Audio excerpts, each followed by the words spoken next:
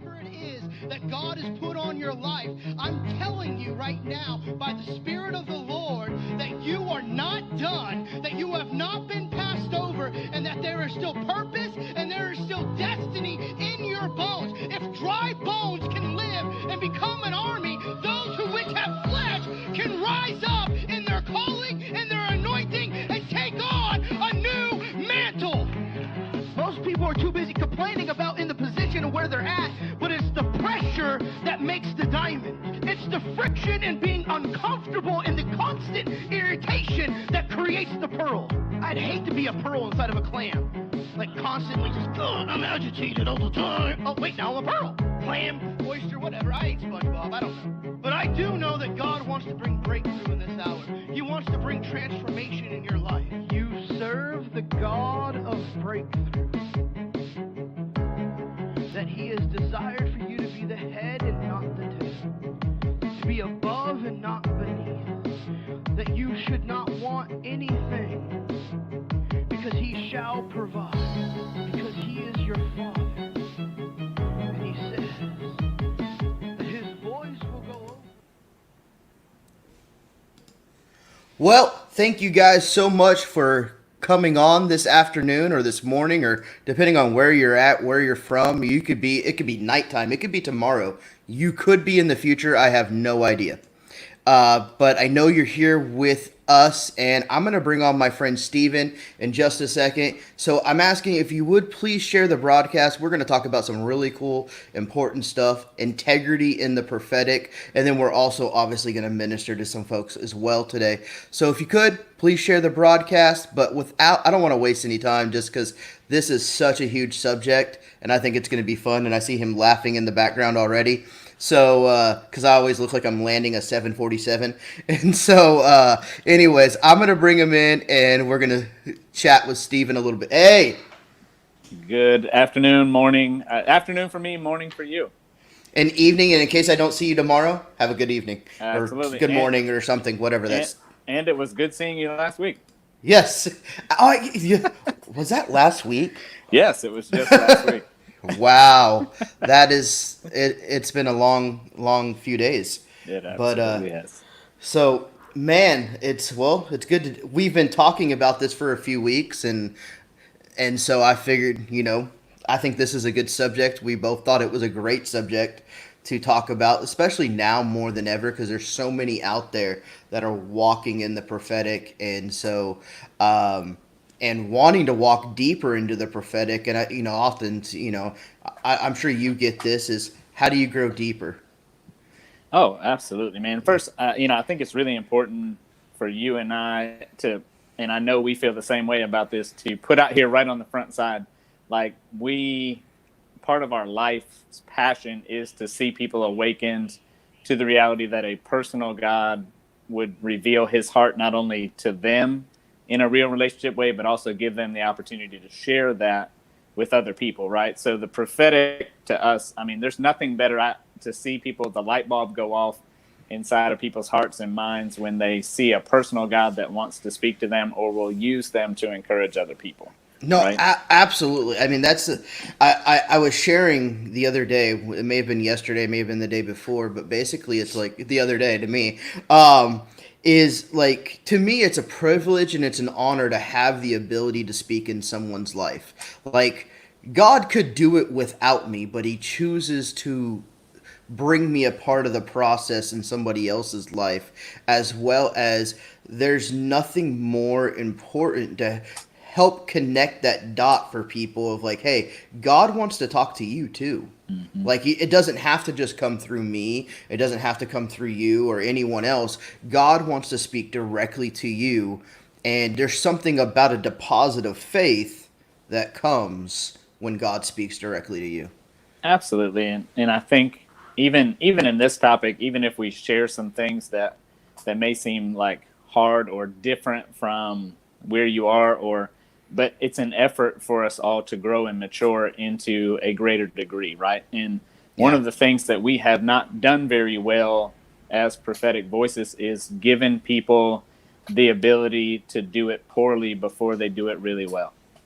Yeah, we're Right. always like, listen, if you're not doing it perfectly right now, you're fired. Stone you, man. I'm going Yeah, to stone you. we're gonna throw stuff at you. We're gonna call you names. We're gonna put out articles about you. Sure, but there's no other place in your life. You can't think of any other place where when you want to. That's why they call it practice, right? So Exactly. So in order to practice, we have to create a safe space for people to grow, explore, make mistakes, achieve successes, but still have people around them that love them and are able to see what the Lord is doing even in them, so that we don't tear out the tears or the things that we see that concern us, but actually just come alongside people and love them to the place where all of the miracle grow of the Lord really gets poured on their heart. And good stuff comes to the surface, bad stuff comes to the surface, but the point is it all comes to the surface. and At least something's coming to the surface. Right, and that's the closest to freedom that we'll ever be, is when we actually open, when that openness and vulnerability comes, and it comes up to the surface, whether it's voluntary because we've allowed ourselves to be opened up, or whether, the can opener of life comes and starts to, pop the top because of the pressure that we've put ourselves in. But either way, it accomplishes the same goal, which is ultimately we want to increase in our love for the Lord, in our understanding of the Lord, and continue to put His will over ours in all circumstances as we move forward. No, that is the hope. That is the hope. And it's like, and somebody actually just commented, sweet lady Marilyn here, just said, that's always been my fear of not doing it right. Like, our hope is always that we're going to be doing it right, but there's no promise, there's no guarantee. Like, we walk as close as we can with the Lord at all times, and we're hoping 100%, we're hearing 100% accurately. We hope. Right. But there's no promise. There's no guarantee. You hear in part, you know in part, you see in part. To me, that tells me that there's going to be a moment where you're partly wrong. Well, that's probably not that we're jumping into the list right now, but that is one of the things on the list, right? Right. Is granted, this is the list right now. Oh gosh, yes. There's nothing on it. Good. It's all kind of spirit. We have a little bit of scripted. It is not scripted. It's not. But scripted, refer back to page 3 when you're done. You hit something right there at minute almost 8 here, where on our best day, if we hear in part and prophesy in part, why do we feel the need to deliver it as if it's the whole thing? Wow. Hold on. Not even for dramatic purposes. Can you repeat that? Because that's huge. Yeah, I'll try. Even on our best day, if we hear in part and prophesy in part, then we don't need to deliver it as if it's the whole thing. That's, to me, I think I've always stood back and wondered how people would deliver the message, the word. Like, I get it when the anointing comes, when boldness comes. I've been in those moments. You got the hype of the crowd. I feel like I'm starting to sing like Garth Brooks Rodeo now. But it's the roar of the Sunday crowd, and they call the thing invincible. They call the thing prophecy. But it's dear God, help me. But you're delivering it, and so I understand, and you're like, thus saith the Lord God Almighty of hosts of not Latter-day Saints. But we're bringing it out full-fledged, and it's like, I don't even have a cousin named Martin. Well, you do now, don't it? So. They're not born yet. They're in a van. They're down the street. You don't know them. Exactly. You need to go do a 23andMe test, and you're going to find out that now that would be a really good word of knowledge if that happened. Oh, for sure. But that's, the likelihood of that is maybe we just got caught up and went past the grace that we had for that particular situation. And, yeah. And that's a whole different point, is not that's also on the list. Right. It will go on the list, is give what you get. Yeah. Right. And in Westernized Christianity, man, it is hard to stay with the real phrase or the real picture or the real thing that the revelation that the Lord gave you, it's hard to stay there because people have become tone deaf to the simplicity of Jesus. Oh Lord, yeah. Like Right? it's like it has to have more adjectives. It you know it's you know it has to have more syllables. I'm gonna throw a funny one out there. It's completely, but it gives you an insight into how my crazy brain works. But this is just for learning processes, right? Right.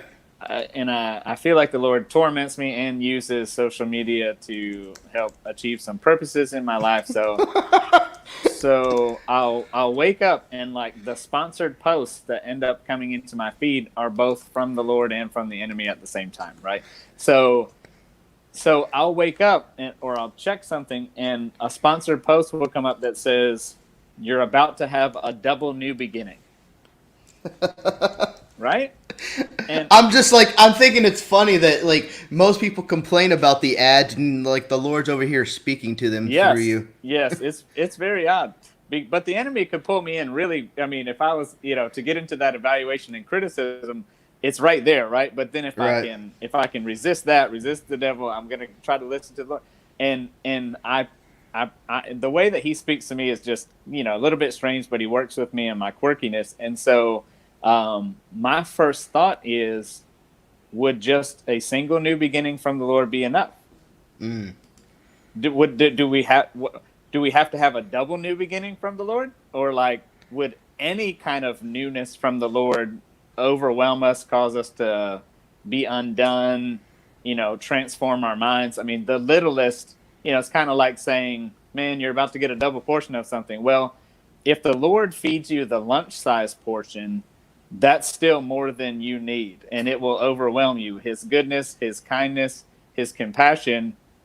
It could be the lighter fare menu from the presence of the Lord. And if the presence of the Lord comes into your room, the lighter fare menu. Yeah, that's what I'm saying. Like, what is this, Jason's Deli? Exactly. Like, just if we get caught up in the hype of needing to use more and more extreme language and vocabulary to communicate the simplicity that the Lord loves us, and any newness, any kindness, any attribute, any facet, anything that where he moves towards us is overwhelming and completely obliterate anything that we are worried about. We don't actually have to go into this crazy, I need a double portion of the greatest person in history that I've ever heard of, or I don't need any of that. I just need one drop of the true presence of the Lord in my life, and I'll be changed. Just the hem of his garment. Absolutely. Just the hem. And I remember like when I first got saved and walking with the Lord, and we were all and kind of like getting into the double portion vernacular and it's like I saw a Dumbo rainbow, and I just they're like, I want I want a new portion, and I'm like, I just want to understand what I got now. Yes. That would be great, because I have no, to the extent that, you could teach a newborn or like a toddler, I guess would be more realistic, algebra. Mm-hmm. But they're only going to understand it to the extent that they understand words, right. Algebra. And it's like, ogres are like onions. You got to peel back the layers. You got to peel back the layers and just kind of see what the Lord has for us, because there are so many layers to like different words, And I remember hearing the stories of guys going into encounters, and I think I was telling you about this. Like, I'd hear the stories about somebody going into an encounter, and the way that it was worded and put together made it sound like it was like 30 days straight. Like they're just like gloried out on their living room. People check their pulse every few days to make sure they're okay. Like, and no one explained that they kept on going back into it, because there's different layers. There's more revelation each time that we kind of come back into it. And I know we've both felt, because we've been a part of this for so long. We've both made a lot of these classic mistakes. we've both, you know what I mean? Like this is experiential understanding of we've been all of the people that we are describing today, right? So this is like a magician, like starting to pull back the veil of like how they've done some of their illusions before, right? I know what it's like. We in a lot of ways we say that we want everybody to achieve a certain level, but in the way that we react or respond to them, we still say we want to be more important than you are. And so, it is like a hierarchical mindset in a sense. Yeah. I'm more spiritual. Right. So, Which then causes you to turn the impression that you had that is a true, awesome impression from the Lord.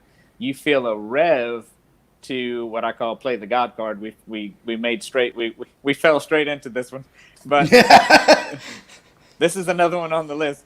But we're gonna go through the list today. I know we didn't, but these are just like precursors to whole sessions about each one of these lists. But yeah, we feel the need because of sometimes fear of man, sometimes people pleasing, sometimes insecurities, whatever it is.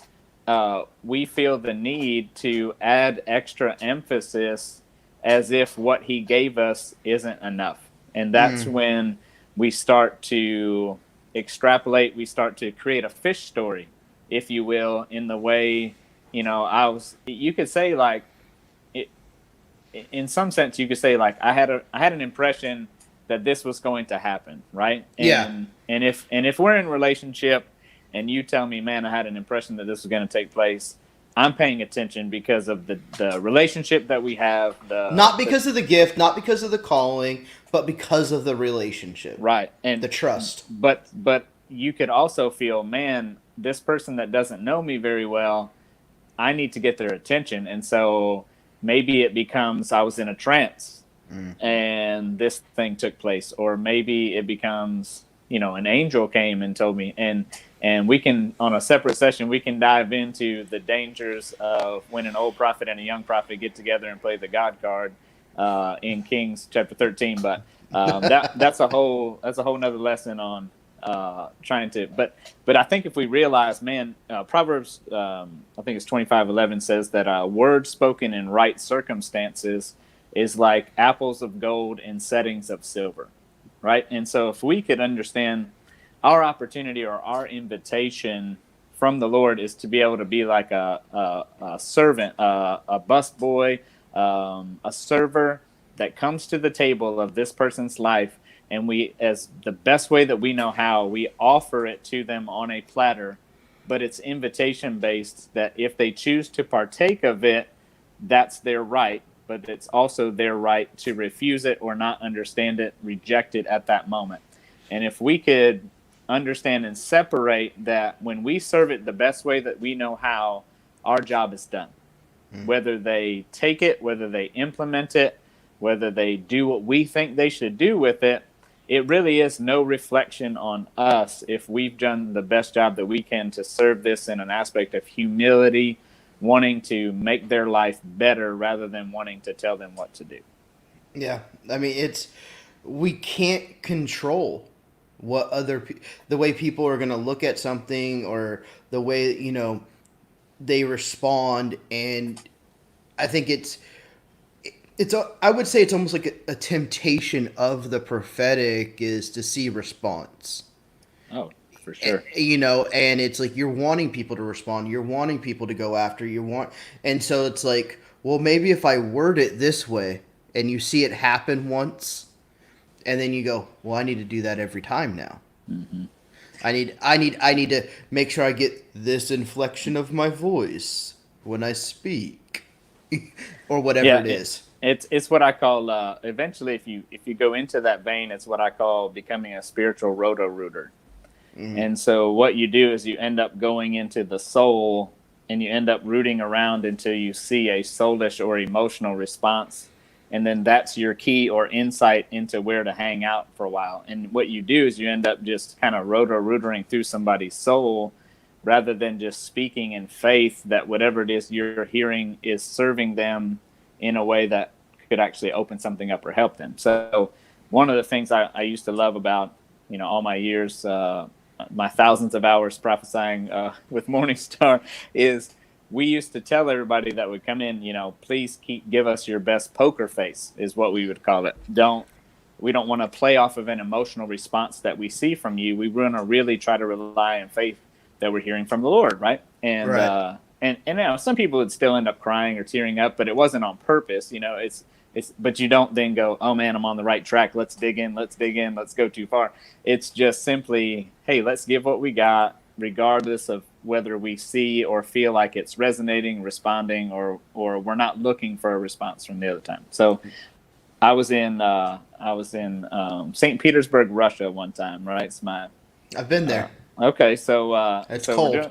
It is very cold. It was November, right? So January when I went. all right, so yes, very cold. We so we would do a morning session, and then we would do about 3 or 4 hours of prophetic ministry after lunch, and then we'd do an evening session, right? And that was just our normal conference day. And so in these prophetic sessions, somebody would come in maybe every 12 to 15 minutes, and we had an interpreter that was with us, and then we had a person from the local congregation that was kind of joining in on the prophetic team, right? So I'm the only one from the U.S. on my team. I've got an interpreter, and I have someone local. And so for hours, I mean, you're just going, right? And you don't have to tell the Russian people to keep a poker face. No. Right? We did. I mean, we still did it as part of our spiel, but like they were very good at it. If you would have gotten delivered that weekend if you were used to playing off of a response from the person that you were speaking to. Let's put it that way. Yeah. Right? So man, I don't know how many hours into it, and this guy comes in and he just has this blank, kind of almost mean expression on his face. And the only thing that the Lord will say is, he's a plumber. And I started in my mind arguing with the Lord. Lord, I didn't fly this many thousands of miles to tell someone they're a plumber, right? Like, I can get something better than this, basically, right? I'm more prophetic than this. Right. It's like, Lord, like, we've been doing this together for a long time. Like, you can give me, like, I do names, I do dates. Like, let's remember my repertoire over here. Let's, you know what I mean? Right. And, that's just being honest. So like, I get it. So I'm like, Lord, I don't want to tell him he's a plumber. I want some high level good stuff, but because I'm stubborn, but I'll relent eventually. Right. So nothing else is coming. So I finally say, hey, you're a plumber. And then as soon as I say that word, everything else that I wanted started coming. Right. So I spend the next 10 or 12 minutes doing it. His way is always better. And so we get to the end. The guy has looked kind of mean and stoic the entire time. And as soon as we say amen, praying over him, his countenance changes and he starts speaking really quickly in Russian to the interpreter.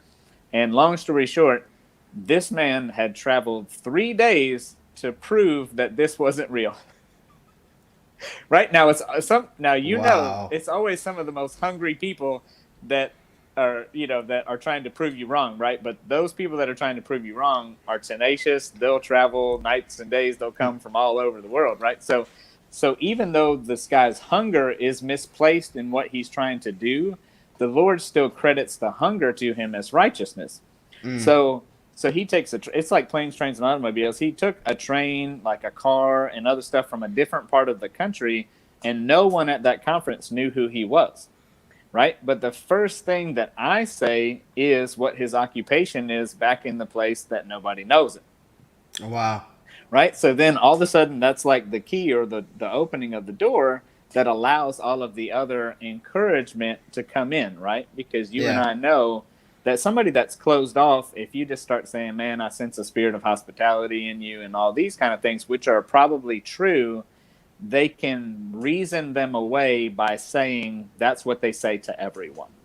Yeah. No, you're right. I mean, the Lord loves you with an everlasting love. I mean, I think it's so unique in that moment because like the what God was bringing you through, and the fact that like you got that, but and he traveled for all that time just to try to prove you wrong, just to show that it was fake, and it was like that's all that it took. Yeah. You're a plumber. Like most of us would try to like, all right, I'm getting a metaphorical message right now. And Yes. so I see you bring people through deliverance. I see Right. you cleaning out their pipes of a bunch of crap. Yeah. You know? Yeah. We have, God knows how many times we have tried to, we do it both ways. We try to make something that is figurative or symbolic literal. And then there are times we try to take the literal thing and spiritualize it and make it, figurative and symbolic. And so either way, we have to respond to what the Lord is doing in that moment. And that's why, it's so important, even in prophetic integrity, is to not rely on your manual of what things mean to you or someone else's manual of what things mean to them. Because there is a system of interpretation that the Lord has built with me over the years, but I still can't clinically go back to that last interpretation every time I see this symbol. No, Right? not at all. So if I see a tree, and the last 5 times that he's shown me a tree, it's been this word.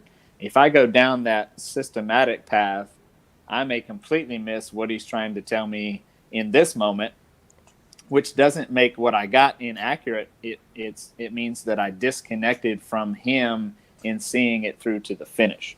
And that's where we always have to, no matter how many thousands of hours we're into it, there's still the same opportunity to miss it always exists. Oh yeah. I mean, we can well as much as we try to create a formula in all of this, and that's like we don't realize how easily we slip into religion because we try to create a formula.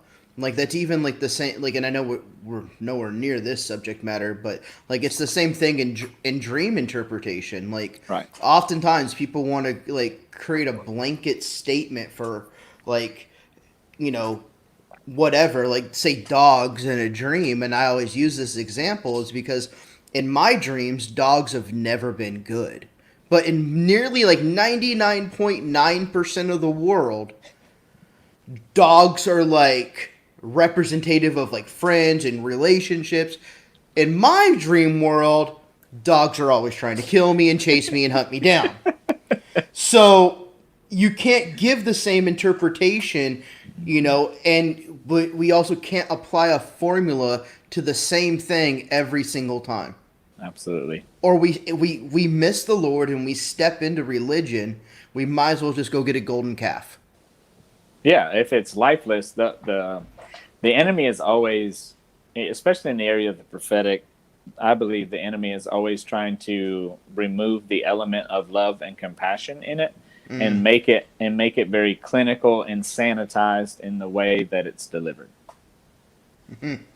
Like, if I love Sean basically says something to the effect of like you can't speak into something you don't love. Right. And that's probably a really loose representation of what he actually says fully, but it's like if we don't have love for the people, like you're just a clanging cymbal. Right. And I think you and I both know and have done it, but also see it. You can speak into a lot of stuff without love. You just end up, rather than releasing life, you end up being another thief that goes outside of the doorway of the Lord and ends up creating things that steal, kill, and destroy. Right. Yeah. So speak. That's the importance of. You may be right on your revelation. You may be right on your facts. You may be right on. You may be able to get a spiritual reading on the landscape of this thing and be completely accurate. Yeah. But then being sensitive to the Lord on, am I even supposed to get involved in any of this? Number one. Number two, give me the strategy or the entry point into how to do this out of relationship. Because I don't know about you, but the people that come along that are in relationship, when they feel like they have something from the Lord for me, it's on a completely different level than people that just feel like they have a word for everybody. Yeah. No, it's people, it's one of the things you hear often is like, "Oh, I know them too well." Well, good. You should be able to speak really deep into their life. Absolutely.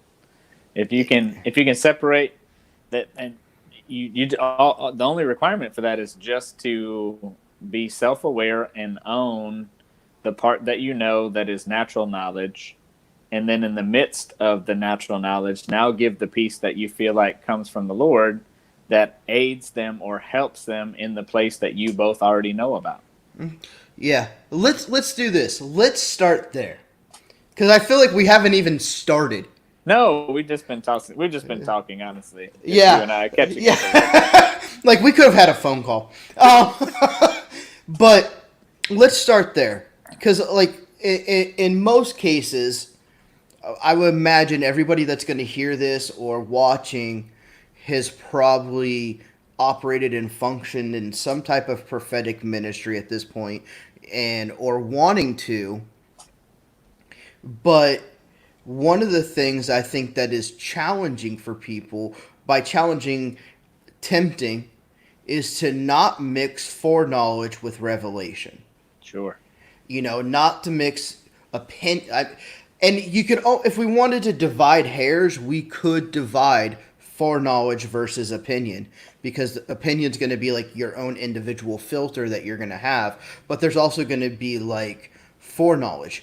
And so, like, for example, if I was giving Stephen a word, and I know, and I can, think back at the one time that I heard somebody say that they used to go for runs with Stephen on the beach. I can go, okay, Stephen has a passion for running. So, but I could come in and be like the ooh and ah moment. And now this sounds very blatant and obviously like kind of like me missing, like me ignoring the Lord in something, of just going, I see that you're really passionate about running, because the idea isn't necessarily the depth of the knowledge. It's you're trying to, like, the goal in the prophetic ministry is to reveal Jesus to somebody and to basically create a stronger connection for the Lord and his people, or his person.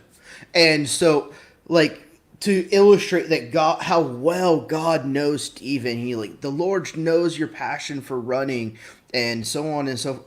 And that sounds cool, like if I didn't know it, but considering the fact that I know it, it changes everything.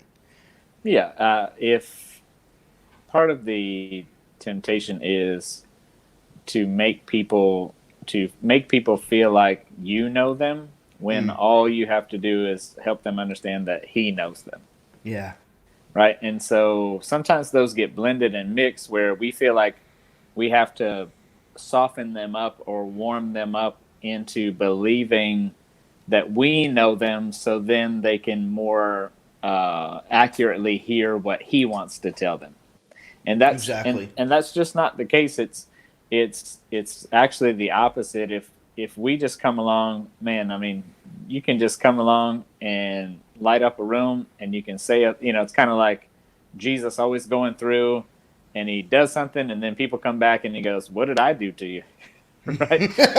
like he actually always tried to downplay and pull back and soften what he was accomplishing, rather than building it up or creating a entry point, or, hey, I'm about to do something for you, just so you know. There wasn't like a build up and a lead in.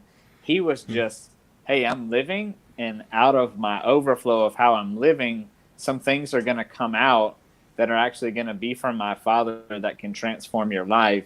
But if you don't catch it, it's not really my responsibility to make sure you catch it.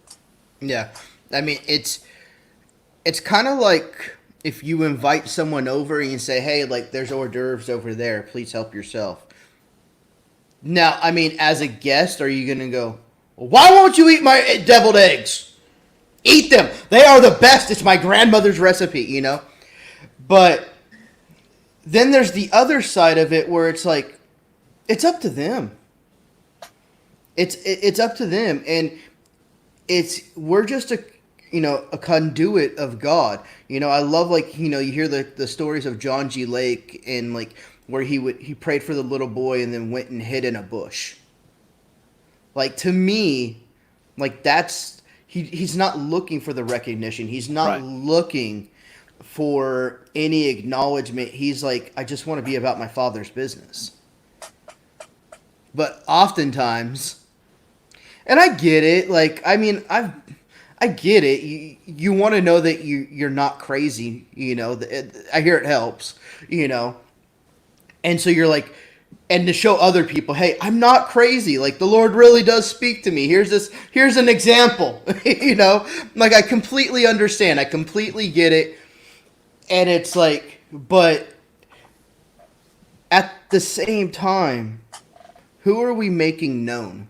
Mm-hmm. Who are we trying to make known? And I think that's the question that it comes back to. Is who are we really trying to make known in that moment? By using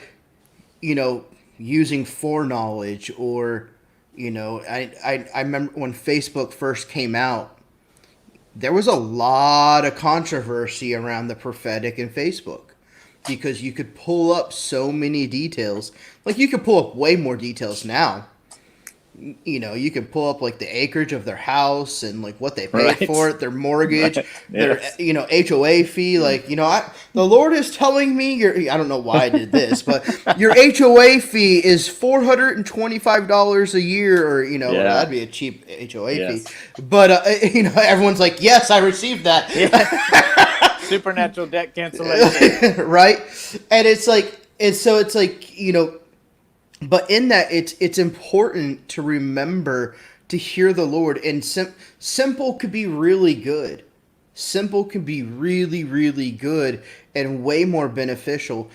In my own experience, even if the Lord reveals to me, like, really deep knowledge about something, because I'm much more of a person about the heart, and the Lord will show me their life, but I'm there to speak the destiny. But there's also a part of it where it's like, I know you're going through it right now, and I want you to understand I know why. But I don't want to tell them why I know why. Like, how much I know why. And so I've always wanted, like, I'll word it in a fashion where it's just enough, because I don't care about other people knowing. I want the person to go, listen, the Lord knows what you're going through right now, and He's here. He's here for you. Because that's the main point, is to connect them. Because if they can touch Him and receive His touch, all of that can go like that. It's completely gone, and it can be completely healed, and so it's like, I don't have to, like, for me, and I imagine it's probably similar for you, is I'm really good with reading people's body language as well. Like, if you've been in a pastoral role for any amount of time, you can learn to understand people's posture and human behavior. And I have to cast that aside too, because it's like, I already, like, you're talking about, like, give us our poker face. And I always joke, I'm like, I stonewall people when they're prophesying over me. Yes. 'Cause I'm like, read me now. Brad just told us that he needs healing in his body from moving boxes. Oh, I knew that already.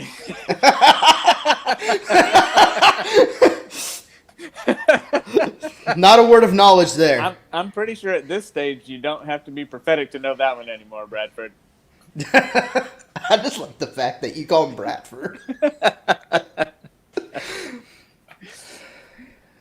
But I mean, I think it's just important to not mix in. It's mixture. A little bit of leaven leavens the whole thing.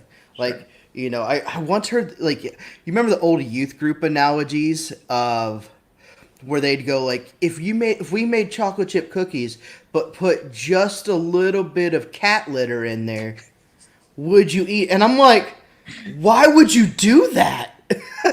And why is that an analogy? But like when we put the little bit of anything in there, it's no longer God. Right. It's now you. Yeah. And the cool part, there's always, so in the scriptures, I love, so it says, in one sense, beware of the leaven of the Pharisees, right?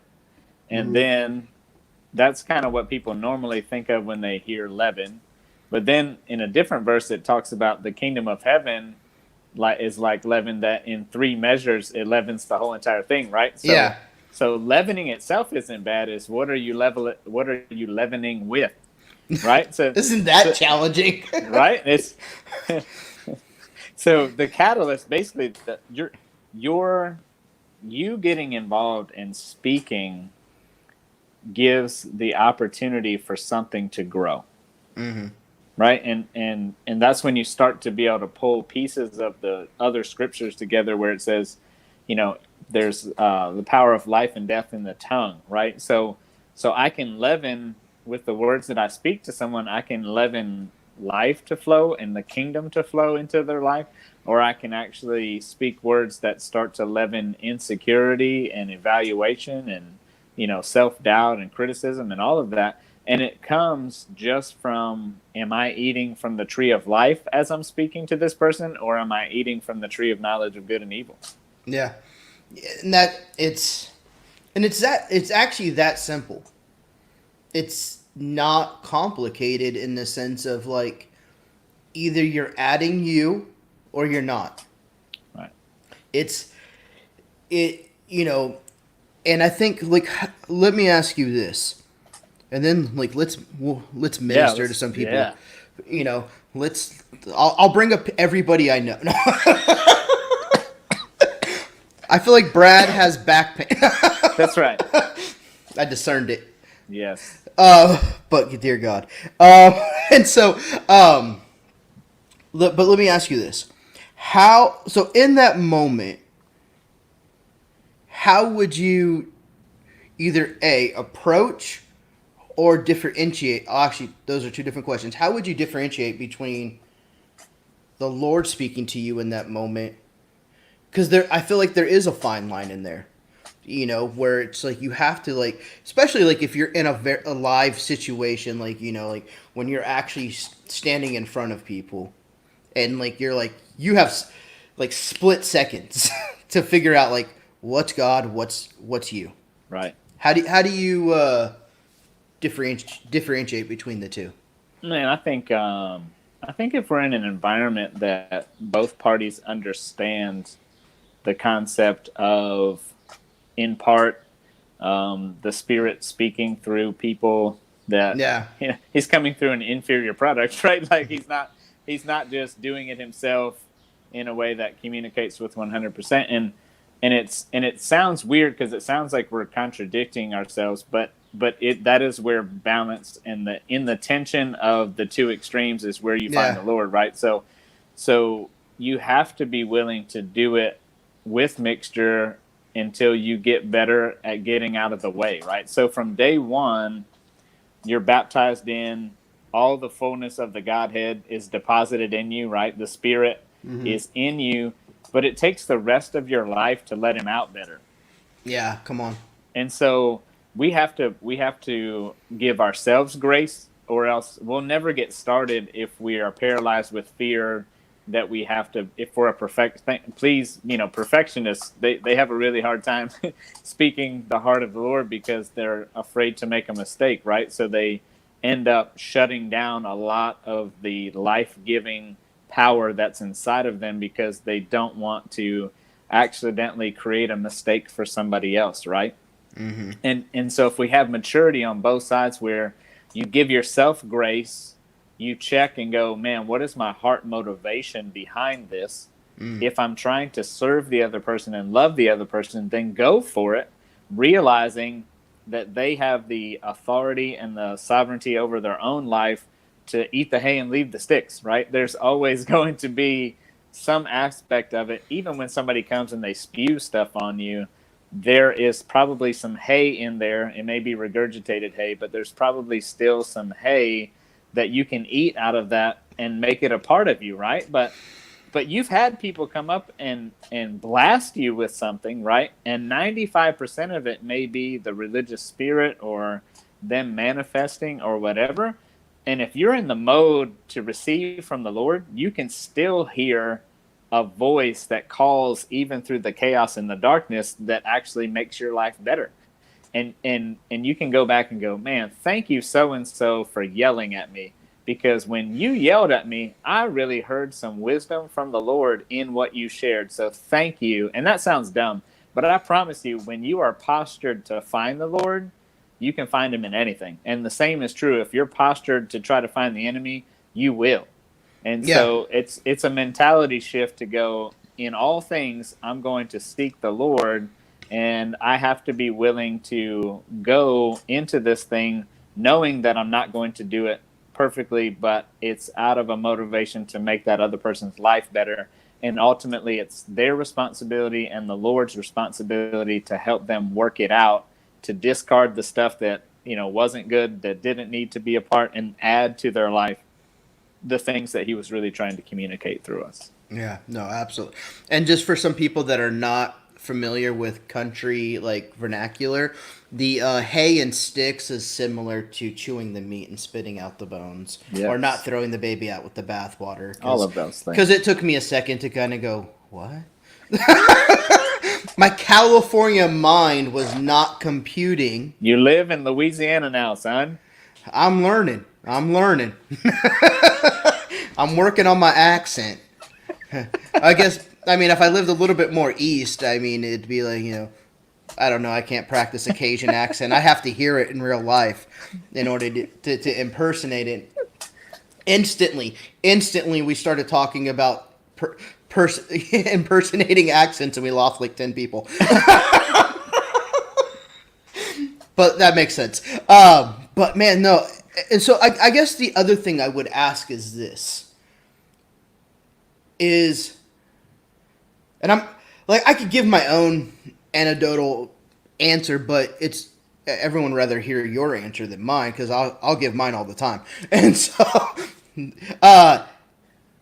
let's put it this way: the Lord does speak to you regarding something. Let's say you already knew that the Lord was speaking to me about something, and then He speaks to you. But he doesn't give greater revelation of it. Mm-hmm. Like, how would you approach that? Man, so let's take graphic design, right? Just some area where we both know, and everybody else out there knows. I do graphics? Yes. Oh, wow. Oh, this just in. The element of that is, hey, man, I know you've really been working to move into this area, and I know you've been whatever I know, right? I know you've been working on trying to build this thing over here. But then I felt like through this dream or through this word or this picture, here is something I felt like may be available to you as you continue to try to build that thing, right? Right. Or it could be, man, as you go down this thing, I saw a fork in the road coming where you're going to have the opportunity to really, go out on your own and continue to do it, with yourself, or there's going to be a way that you can partner up with this person at this fork in the road. And, and I don't even have to say like, man, the Lord, wants you to do this, right? I can actually just go, I don't have to give even everything that I think should happen, or what I can actually just serve it to you in a way. Ultimately, my goal is to, however I present it or whatever I speak to you, my goal is for you to want to run back to the Lord, to get closer to Him, to even get the full understanding of what it is that He's trying to reveal to you. Yeah. And if I package it up in a nice little bow, and I sort out all the details for you, and I make it really nice and clinical, then I've lost the opportunity to speak more in a mystery, or not give all of the details in a way that causes you to have to press into the Lord, rather than me going, oh man, that's what He's supposed to do, and then He moves on. Because you and I know the hardest thing to overcome, if you've been used to dramatically change someone's life as a result of a word of wisdom or input prophetically or whatever, then how quickly or how tempting it is to put that person in the slot between you and the Lord, right? And so the next time that a challenge comes up, the next time you don't know what to do in your life, if your first thought is to call the person that spoke to you prophetically the last time, then we missed what we were trying to do. Ultimately, we want to, it's like it's like Philip and the Ethiopian eunuch, right? Mm-hmm. Philip baptizes him into a revelation of Jesus, and then the Lord takes him away, I believe, so that the Lord could become the eunuch's teacher rather than him having to rely on another man to teach him the rest of what the Lord wanted to show him. Which, I mean, is covered in Jeremiah. Yes. Was it Jeremiah 33 and Hebrews 12 or something, 13, where it's like, anyway, that's a different subject that's not even on this subject.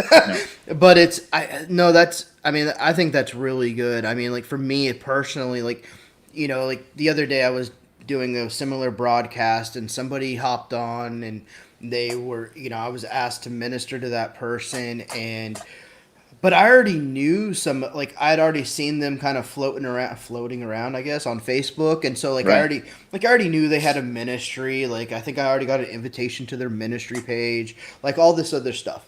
Mm-hmm. But I could also, in that light, I could clearly see the call on their life. Right. And so I had to preface my initial word for them, I already know you have ministry. I already know you're in ministry. Absolutely. I'm not, I don't want to come out and, put icing on their cake, so to speak. I want to just basically go, this is what I already know about you. Yeah. I want to separate that, but here's everything else I see.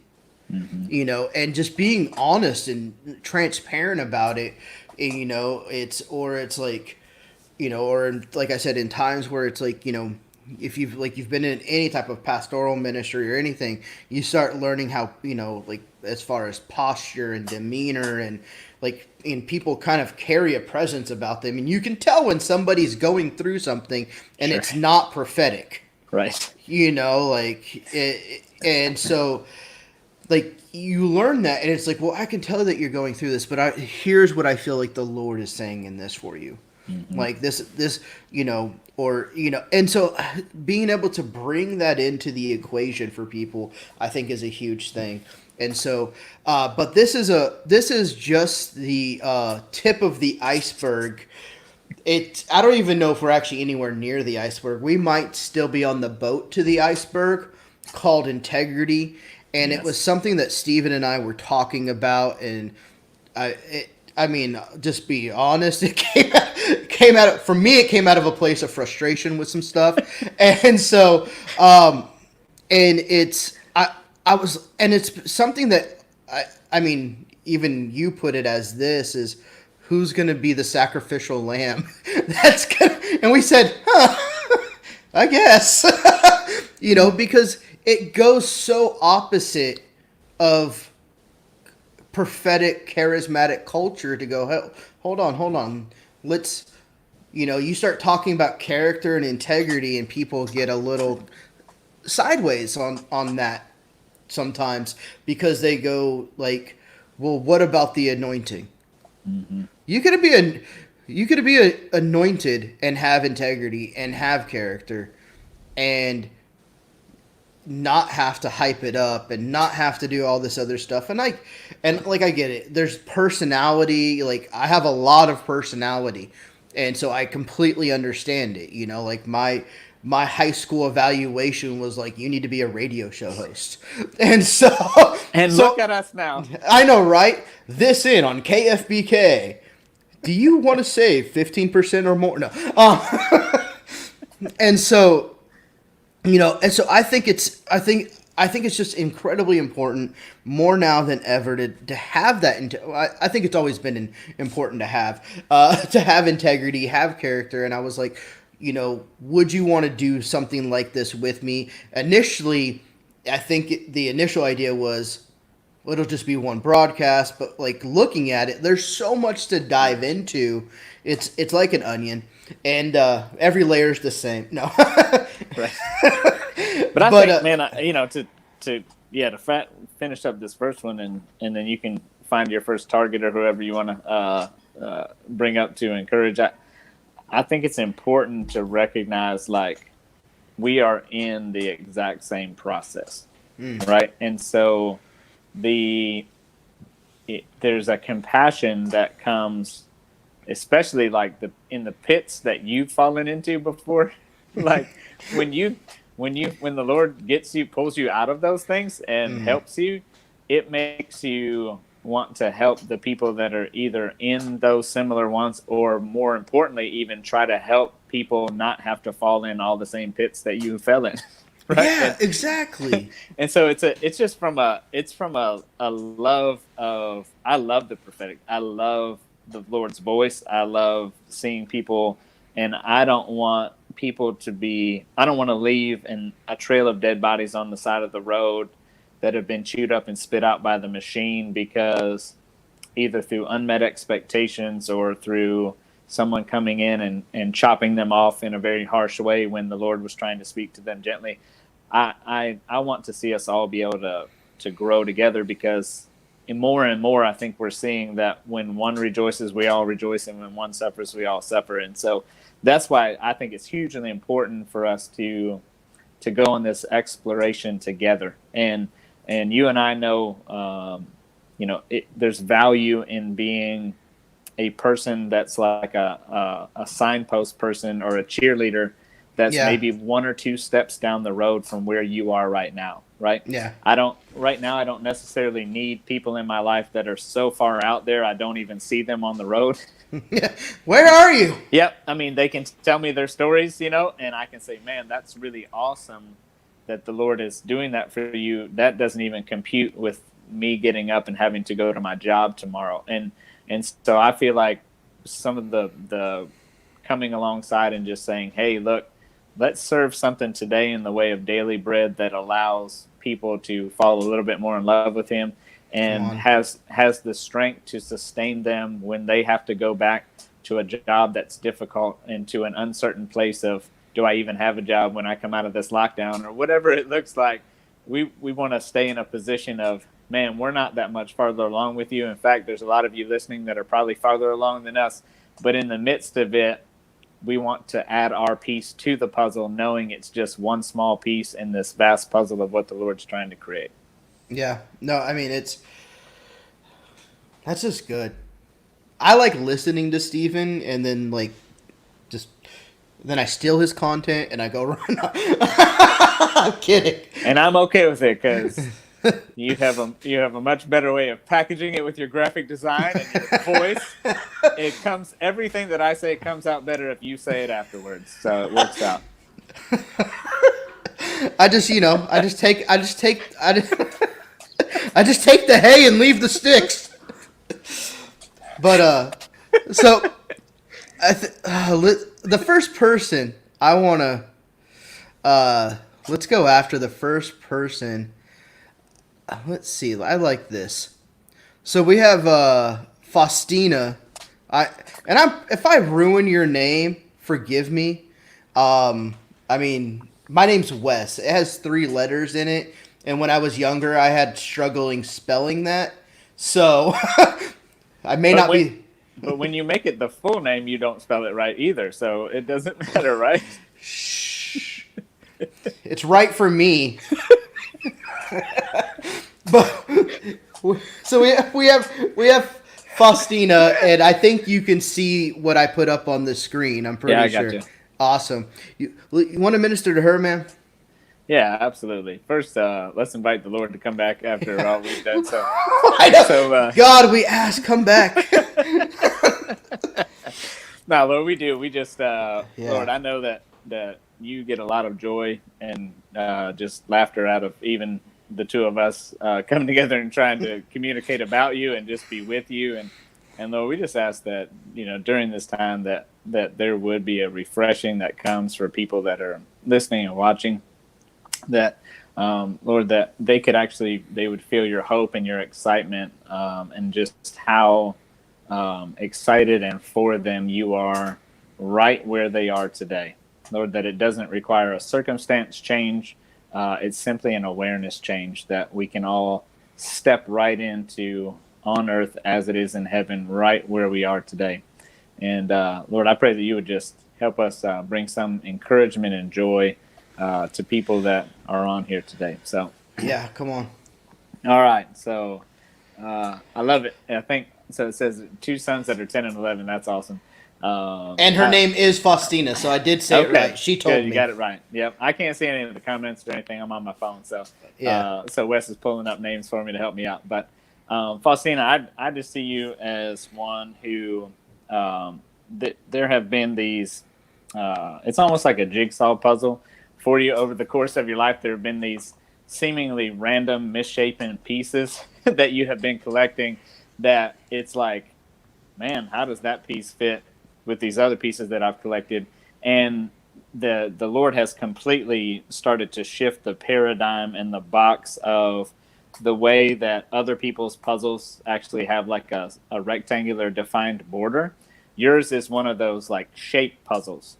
And I don't know if you know what I'm talking about, but like with kids, you can buy those puzzles like in the shape of like Doc McStuffin's dragon, or something. I don't know why I came up with that, but I've got girls, right? So the puzzle is actually the border. It's not a rectangular puzzle. It's a completely different shape, and your life has been built by the Lord to have a unique shape to it. And these different pieces of the puzzle that he's been handing to you are like, it reminded me of David when he was collecting the different smooth stones and the different things that he was going through in your life.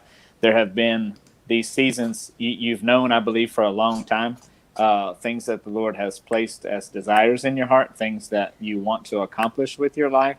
There's even been, like an anointing that's been on your life for these different things, but there has been the road less traveled or the roundabout path in order to start to see the culmination and fulfillment of these things.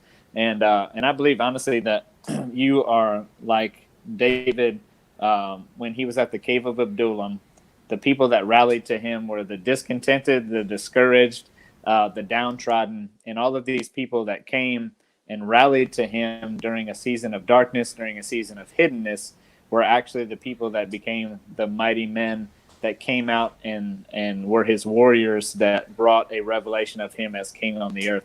And I believe that you're one of those ones that has been faithful to the Lord. You've been steadfast. You've been consistent in your desire for him to see things manifest in your life. And you're going to be one of those that is able to champion Jesus's reputation as king on the earth, as this season of coming out of darkness and coming out with this light and this fire of what the Lord's going to do, that as the champions rise up and begin to release what Jesus as king looks like, you're going to be one of those that carries that fire. Come on, that's good. Faustina, like what I saw with you was I saw like the Lord use you like a metal detector, and I saw you walking through like a beach, and I saw you kind of going through the sand, and you being an instrument in the Lord's hands of being able to pull out treasure within the sand, but this treasure was people. And God was going to use you to find people that maybe have been buried, that have been forgotten about, that have been overlooked, or just simply washed over by life.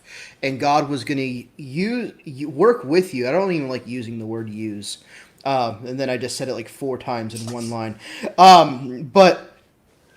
So I see the Lord like working with you and like just kind of walking down the beach and just boop, boop, boop, and then like when you find somebody, just boop, boop, boop, boop, boop, and like I think that's what a metal detector sounds like, and just walking along the beach and being able to dig people out, set them up, like wash them off, everything that you would do, and really it's like a ministry of restoration. Like we're given the ministry of reconciliation, but I see you finding people and helping them restore their lives. And so, Father, we just bless her with that. There's someone that keeps on popping up, and her name is Primella, and I will say this: we've somehow have reached Malaysia. Primella is in Malaysia. I don't even know what time it is in Malaysia right now. I think it's late. Or tomorrow. Yes. So, but Primella, what I'll start is I saw you on this merry-go-round, and in this, it was kind of like the world just kept spinning, and it's been like, Lord, when is this going to stop? When is this going to stop? Because the merry-go-round isn't fun anymore. And it's kind of like the Lord is going to stop that merry-go-round and allow you to step off of it. And it's going to give you, and he's going to bring you to a season of rest so that, it's not so like when you come off of something that's been spinning for so long, you're still kind of spinning. And so the Lord's going to bring you into a place of rest so that everything else around you will stop spinning. And then direction is going to come in which, like, as far as where the Lord's guiding you from after you get off of this merry-go-round.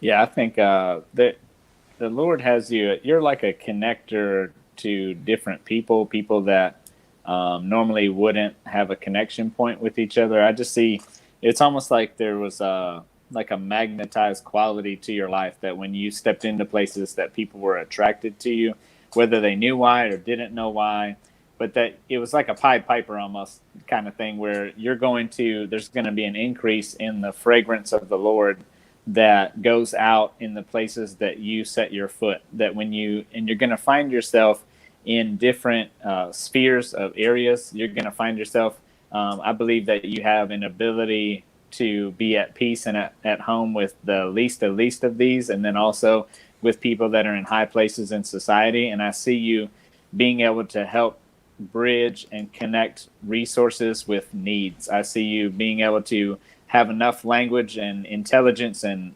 understanding to speak with those that have the resources, and then also those that have the needs, and begin to cause those people to be able to communicate with each other. And there's just a heart and a passion, like a good Samaritan. You are a person that doesn't want to go by yourself if it means leaving somebody on the side of the road. And I believe the Lord's going to give you increased ability to not only feel the compassion towards the people that are in your path, but also have the wisdom and the resource to back getting involved in pulling those people out. That as you offer the hand up to those people, others that were maybe not as courageous or not able to jump in as the first responder are going to come behind you and say, well, now that she's responded, let me come in and see how I can help too. Wow, I like that. That's good. I like that a lot. You got time for like two more? Yep. If I disappear, my phone died. Okay. All right. We'll definitely do this. So we have this lady, Sarah, who's been a part of my broadcast and stuff like that that's come on. And she's with her friend Dave right now.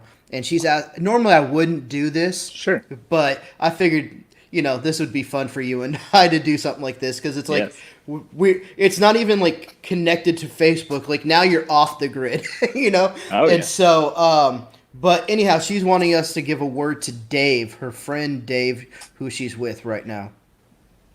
Yeah, man. The first thing this is kind of funny, but I felt like I saw the Jeopardy screen, and I saw that a daily double had come up for him, right?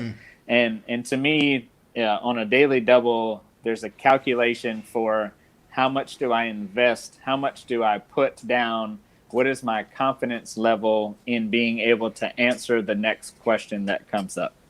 Does that make sense? And so one of the things for you right now is the Lord is in your questions. And the only way I know how to describe it is to make it almost like a Christmas wish list, if you will, is to write down, to be very clear, and to write down all of the questions that you find bouncing around in your head, the things that you find yourself pondering during this time.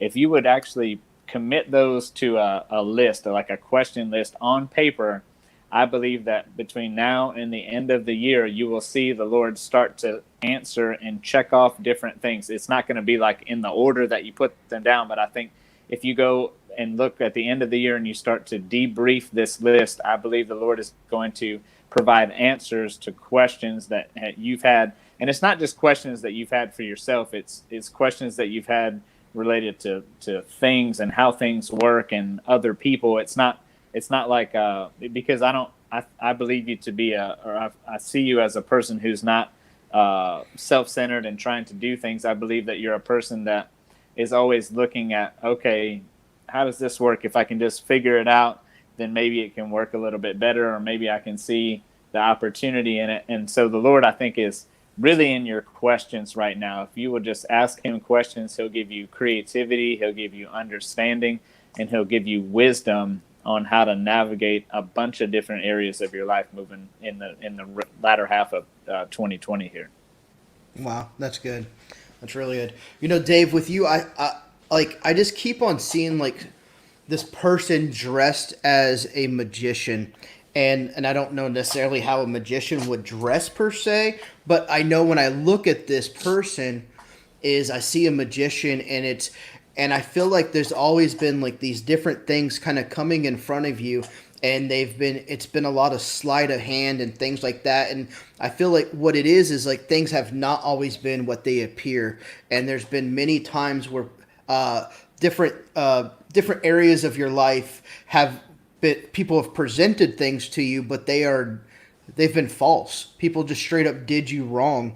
And there's like this sense of injustice in your life. And I feel like what God is wanting to do in this, for you, is bring justice, bring vindication. Now, justice and vindication don't look anything like what we think.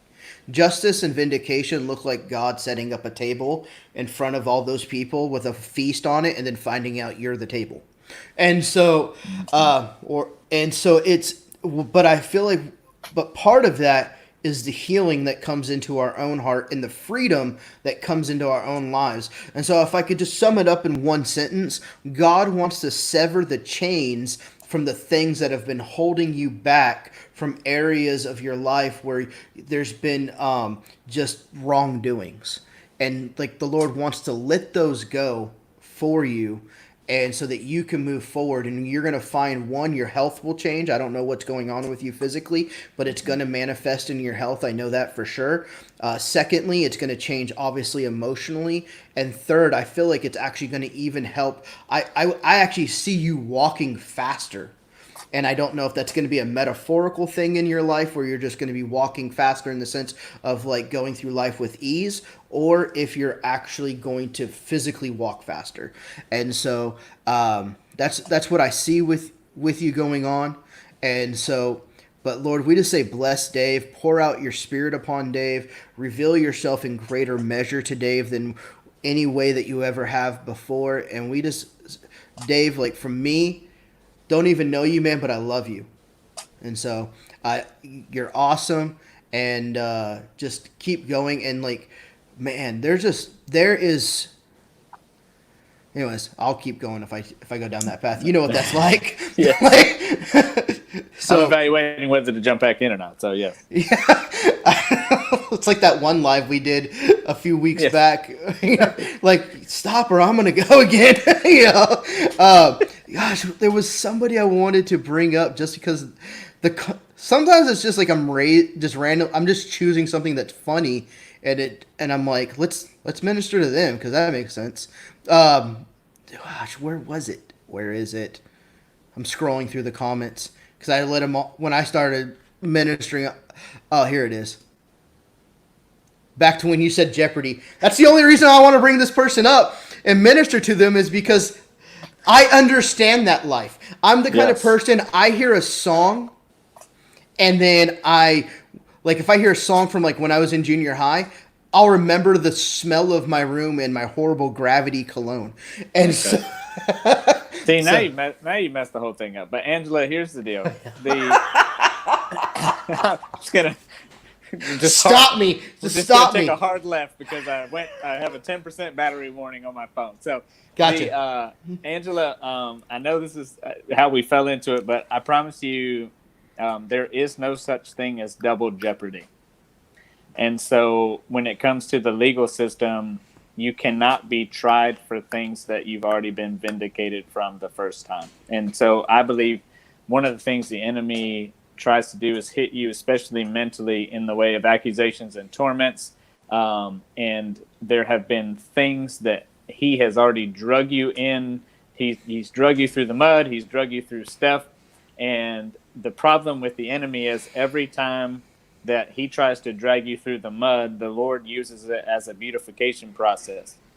And so what has happened is it has infuriated the enemy that every time he tries to slander you, the times that he tries to pull you down, to hold you back, you end up coming through it the same way that Shadrach, Meshach, and Abednego did, that they came through it and then they were promoted out of it. And there's a promotion that's coming for you from the Lord because of the last season of what the enemy's tried to do in the way of accusation and torment.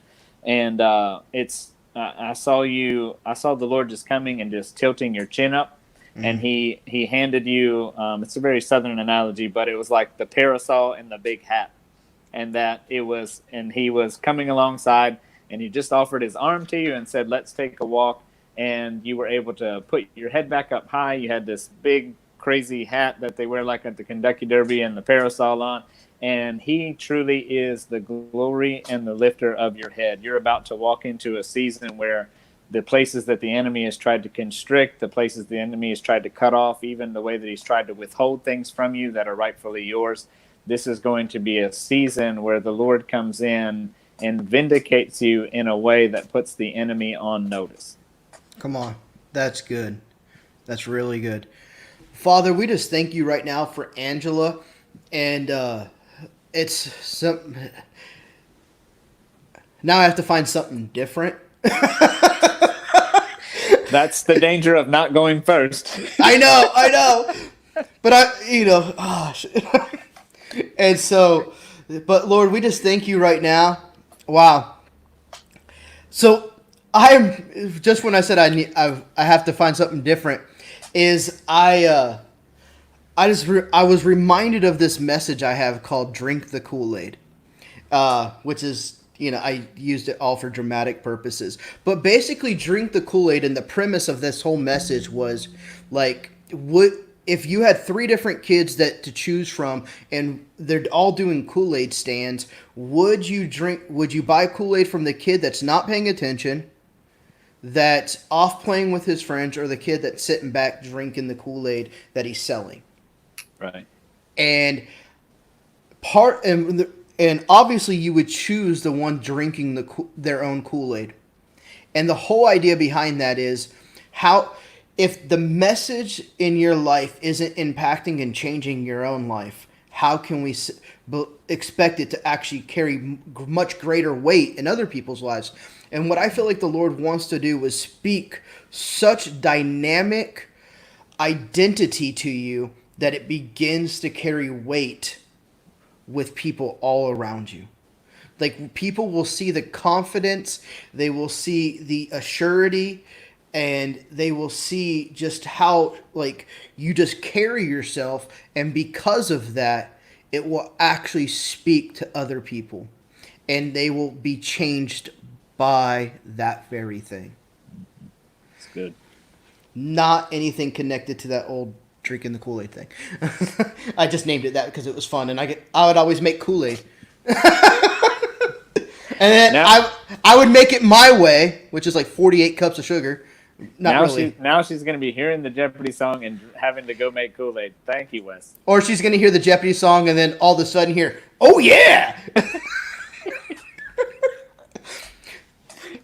I don't think people always understand how random and spontaneous my personality can be. Like the number of moments I've skipped over. Oh, yeah.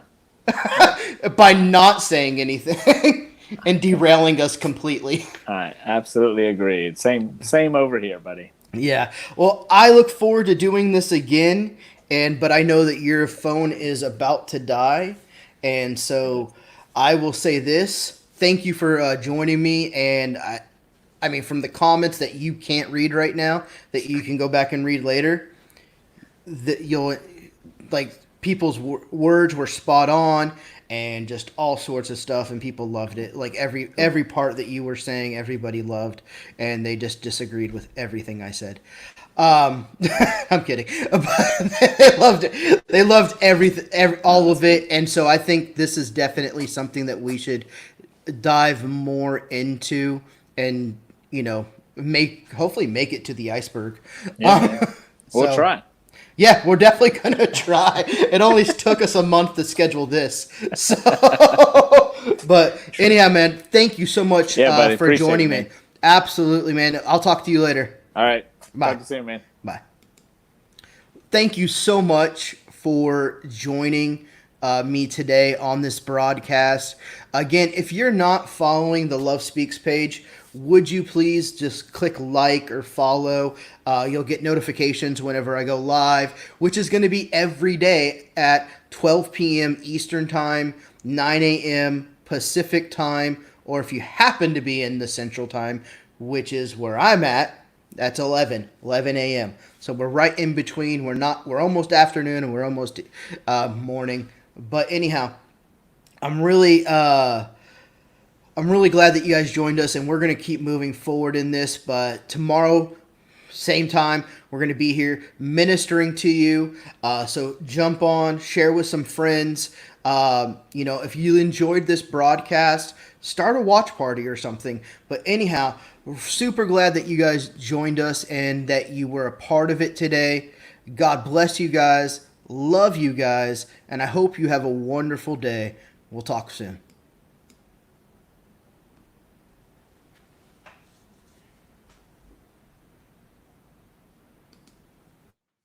Well, hey, friends. Welcome to my new series where we are going to look at and hopefully dive into a greater understanding of God's love for us, God's love for humanity. And so this is going to be something that I am doing only for my YouTube subscribers. Only on YouTube. You're not going to find it on Instagram. You're not going to find it on Facebook or TikTok or any of those other things that I may be involved in. This is only for you, my YouTube subscribers. It's called Seeing God's Love for Humanity. Every week I'm going to be posting a brief update where we're just going to go over one verse. We're going to dive into that verse and expound upon it so that we could uncover and kind of think of splunking, if you know what splunking is. It's where you kind of go into caves that are underwater, and we're going to splunk to the depths of where we can go in this journey of one, hopefully learning God's love for us, but secondly, learning God's love for all of humanity. So I hope that you join me. I hope that you go subscribe to my YouTube channel, Love Speaks Ministries. Love Speaks is one word, LOVESPEAKS, and then Ministries. Go check it out. If you need more information, you can always go to lovespeaks.info. Bless you, and look forward to having you a part of my journey.